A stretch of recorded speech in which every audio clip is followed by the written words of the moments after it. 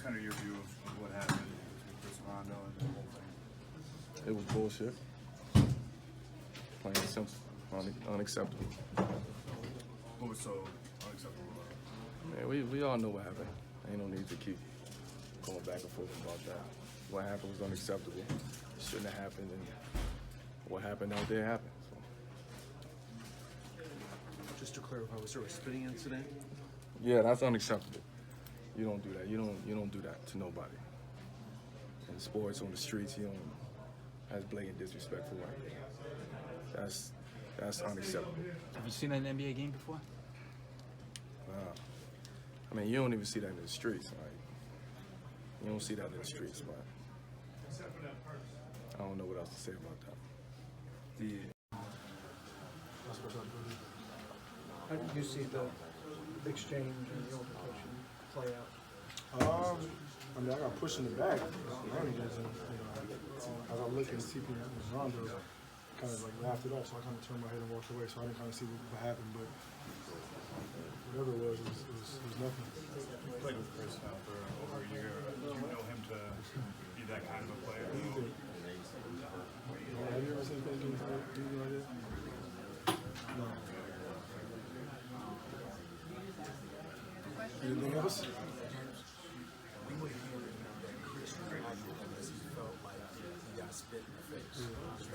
That's what was said. That's what was said. Yeah, and as a man, I mean, anything you can do and react is stand up for yourself. So we'll see how it play out, but it is what it is. Are you worried about how it can affect the team from a suspension standpoint? No, I think the league is great. They'll figure it out. Once they come out with whatever they got to do, then we'll move on from there. Chris had to stand up for us, so it is what it is. Okay, we're being where and we play any time we play a game in the streets. There was a lot of energy in the building, because of the Bronx game. Do you think that played any role in this? I don't know what it was. And honestly, to get to that point, I don't care what it was. Do you find it kind of crazy that you guys keep having these things happen here in Staples? Yeah. I mean, we won though. We got to get more. You guys felt like you didn't have enough fight in the first game. Pardon the expression, but is that what it took to get out of here? Yeah, we just wanted to play harder. A lot of jerseys over there. I was with Lance trying to get BI out of it. You've been with Brandon the whole time you've been on the Lakers. Have you ever seen that side of him come out before? He's a tough dude. So obviously something happened.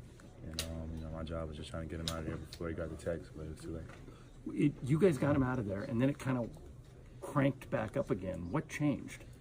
I'm not sure. Like I said, me and Lance, we had BI. We was going the other way, and then just kept arguing, I guess. What were they seemed to be coming back at you? Were they just talking trash, or it seemed like it was over, and then it just picked right back up again? Yeah, a lot of guys were just talking. A lot of guys, mad for whatever reason, and then yeah. A 1-point game when that happened, then they took it over at the end. What swung the game their way? I mean, it was just a turning point. I felt like we had momentum.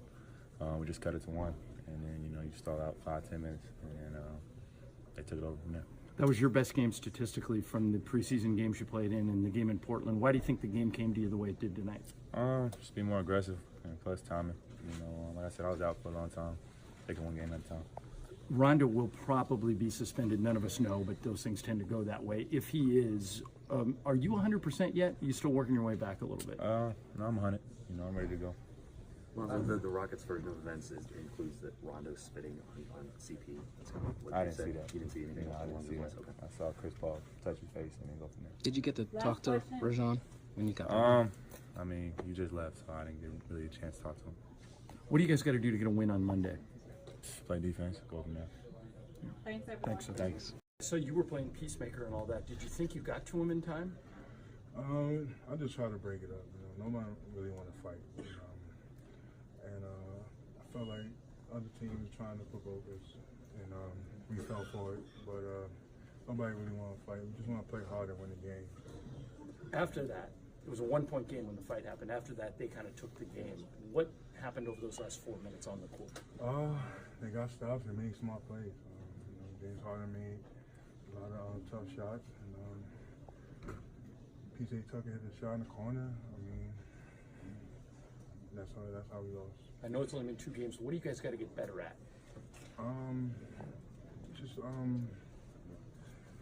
Just staying together, playing hard, watch film, see what we did wrong, and correct our mistakes. Why do you think that what led to that escalating to the degree it did? Because guys kind of get into it all the time in the NBA. It doesn't very often get to that level. I think our guys didn't get there and push our players away. Both Rockets and the Lakers. We should have just broke our players up and went outside and went on their side. But we just got to do better at that, grabbing our guys and getting in composure. Is that what allowed you to stay calm when all that was happening? Yeah. Thinking about that? Yeah. Nobody, like I said, nobody want to fight. We just want to win the game, and I just felt like a lot of stuff provoked us. Do you think what do you think it was that was agitating Brandon in particular throughout? I think they was picking on him, and that's why I try to grab him as quickly as possible and tell him, hey, don't fall for the trick.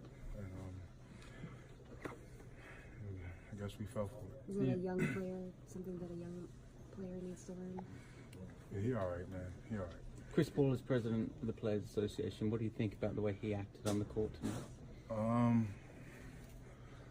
I felt like he shouldn't have put his hand in Rondo's face, because if you hit somebody in the face, you know what's going to happen after that. So, but that's all I got. The Rockets are saying that Rondo spit in his face. What's good, y'all? It's Kingtise. Welcome back to Throughout the Association. And in this corner, standing 6'1", weighing in at 185 pounds, representing the Lakers. Most remembered for his time in Boston. Very smart player, but most coaches can't stand his ass. Rajon Rondo, and his opponent standing 6 feet. No, I meant to say listed at 6 feet. Look about 5'8". Weighing in at 175 pounds, representing the Rockets. Most remembered for his time with the Clippers. Great player, but can't seem to stay healthy to save his life in the most important games of the year. Chris Paul. Now, man, is it the Western Conference Finals, or is this really the second game of the year? It's the second game of the year, and y'all already fighting, and not the usual hold me back stuff. No, they was really fighting. Now, during the Lakers-Rockets game tonight, LeBron LA debut, which was an exchange of who could play the worst defense. In the fourth quarter, for some reason, Brandon Ingram got mad, and he pushed James Harden, and then he got in the referee face like he was about to do something. But that was just the beginning of what the night had to come, because that eventually led to Chris Paul putting a finger in Rajon Rondo's face like he was one of his kids. And Rajon Rondo hit Chris Paul with one of the nastiest left jabs I've ever seen in my life. Chris Paul damn near thought about retiring for a minute. And then Chris Paul responded with an uppercut. Oh my goodness, and Brandon Ingram came out of nowhere, hit Chris Paul dead in the face. And of course they then was all held back and ejected, as they should have been. But I watched this video like 16 times, different angles and everything. I would have put the video in here, but I'm scared for copyright reasons. But I still don't even know why Chris Paul and Rondo even got into a fight.